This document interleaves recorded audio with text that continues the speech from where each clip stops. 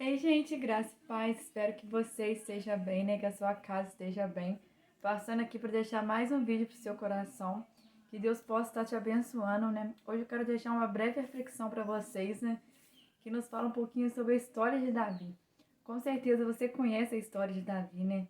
Vamos ver que a Bíblia vai nos escrever sobre esse grande homem de Deus. E a Bíblia vai nos falar, né, que ele foi um homem segundo o coração de Deus. Mas antes, né, de nos aprofundarmos sobre a história de Davi, quero convidar você que não é inscrito no canal para se inscrever. Aqui embaixo tem um botãozinho vermelho se inscrever. Clica nele, se inscreva, tenho certeza que Deus vai falar com você. E aproveita e compartilha para os seus amigos, né? Para que a palavra de Deus ela possa alcançar mais vida, para que o reino ele possa se estender aqui na terra, né? E possa alcançar mais pessoas. Nos ajude a levar a palavra de Deus, está nas suas mãos, né?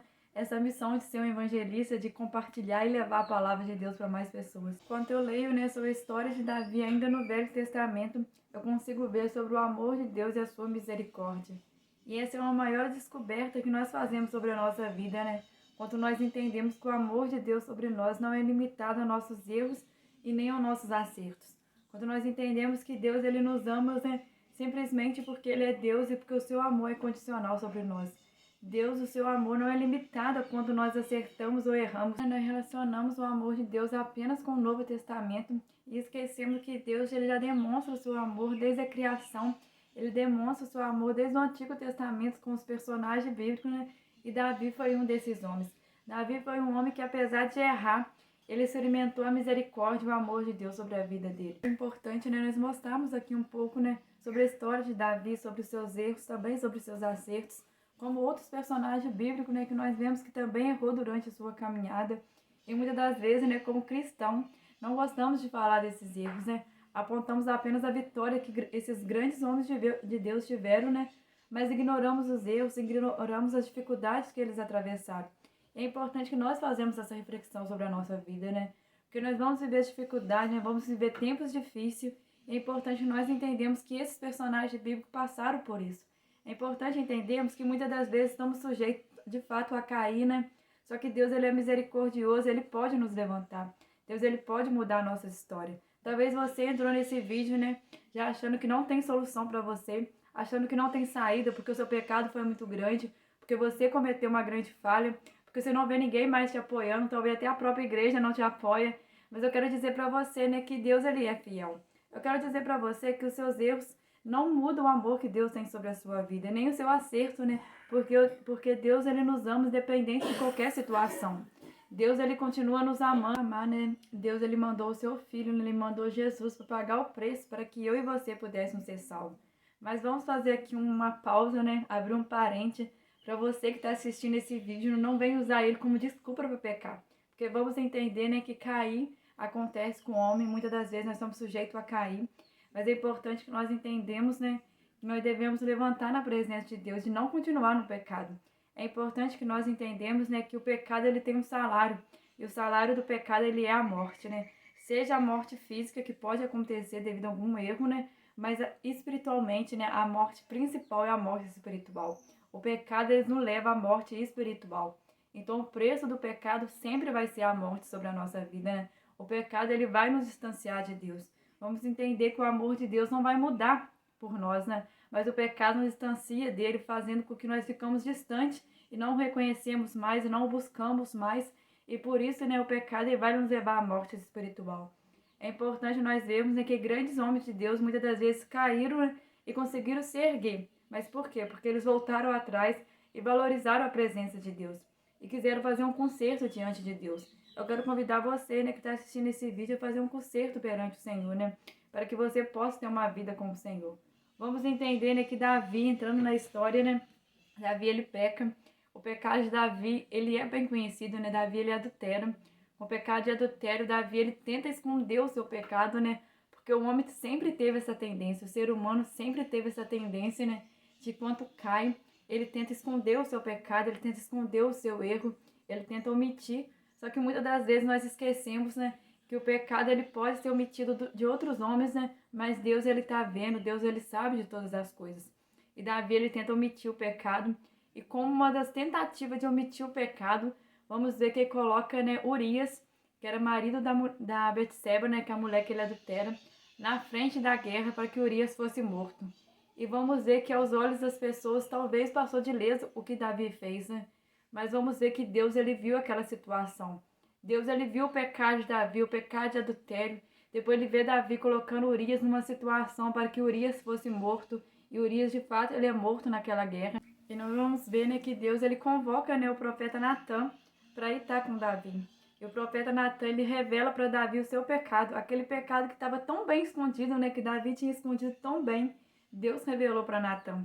E Natã foi e mostrou o pecado novamente para Davi, né? E vamos ver que Davi agora ele se vê de frente do seu pecado, de frente do seu erro. E Davi ele tem que viver com as consequências do pecado dele. Vamos ver, né, que Deus ele perdoa Davi pelo pecado. Vamos ver que Davi ele podia ter sido morto devido ao pecado que ele cometeu. Mas Deus foi misericordioso com Davi. Deus ele foi bondoso com Davi. E vamos ver que ele perdoa Davi pelo pecado. Só que as consequências do pecado caem sobre a família de Davi, caem sobre a casa de Davi.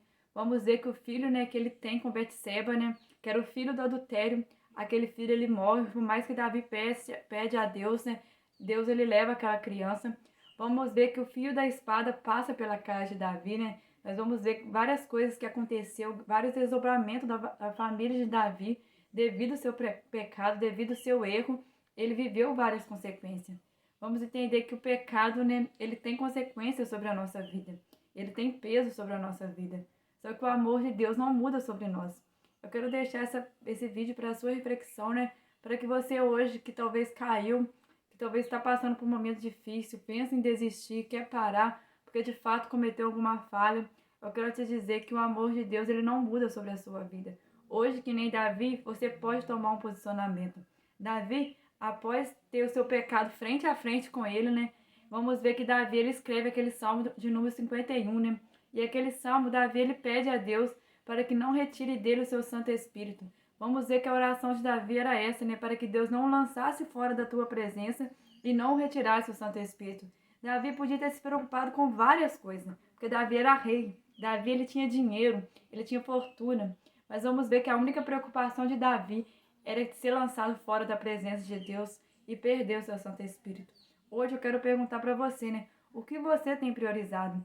Será que de fato você tem dado o devido valor à presença de Deus? Será que de fato, né, o seu medo mesmo é perder a presença de Deus? Ou é perder os status, perder o que você tem? Se for isso, né, eu quero te dizer que o seu caminho está errado. Porque nós devemos de fato, né, valorizar na nossa vida é a presença de Deus. Davi, né, ele foi um homem segundo o coração de Deus. Ele foi um homem que andou segundo a vontade de Deus. Mas isso não quer dizer que ele não errou, que ele não pecou. Mas nós vemos que ele valorizava a presença de Deus.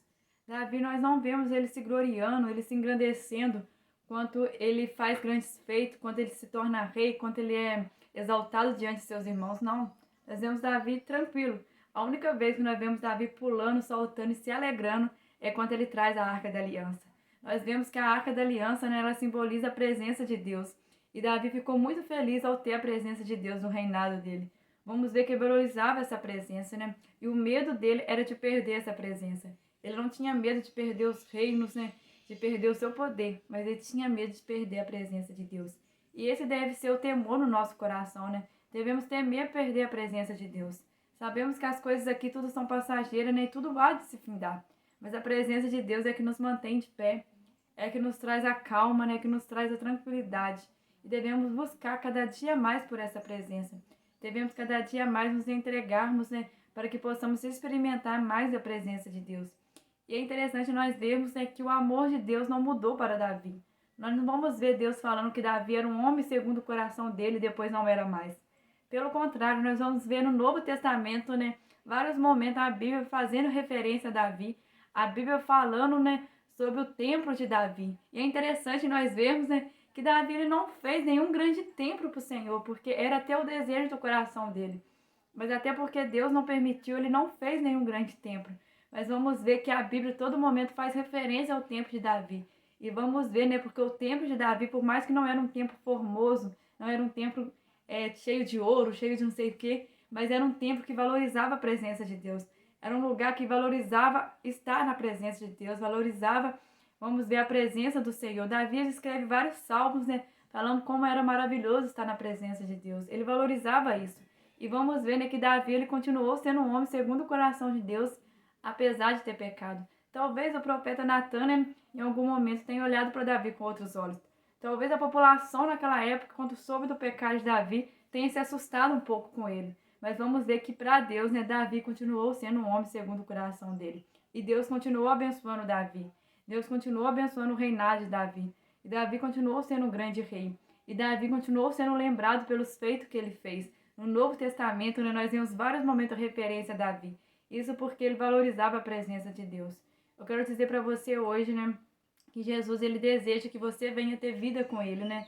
Talvez você até hoje andou no pecado, andou distante de Deus, mas Deus hoje ele bate na porta do seu coração e te faz um convite, né? Independente do que você está passando, independente se você caiu ou se você está de pé, Deus te convida hoje a aceitar, a abrir a porta do seu coração para que ele possa fazer morada, né? E para que você também possa se tornar, né, em um homem, em uma mulher segundo o coração de Deus. E ser segundo o coração de Deus não significa que nós não erramos, mas significa que nós valorizamos a presença de Deus. E quando erramos, né, nós colocamos a presença dele clamando para que ele não venha tirar de nós o seu Santo Espírito. E para que nós não venhamos perder a comunhão com ele, né? Porque o que mantém nós de pé, o que mantém a nossa vida firme, né, é a presença de Deus. E que Deus ele possa abençoar você e toda a sua casa, que vocês possam ter um final de semana abençoado na presença do Senhor, que vocês fiquem na graça.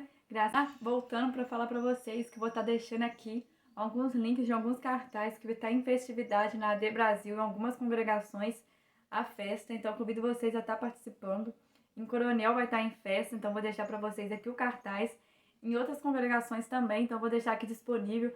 Se você é de fora, procure uma igreja, esteja participando lá. Se você é daqui da região de Piau, aqui próximo, esteja lá em Coronel conosco, né? Tenha certeza que Deus vai te abençoar nesse fim de semana. E Deus ele tem uma palavra para você. Que vocês fiquem na graça, graça e paz. Tchauzinho!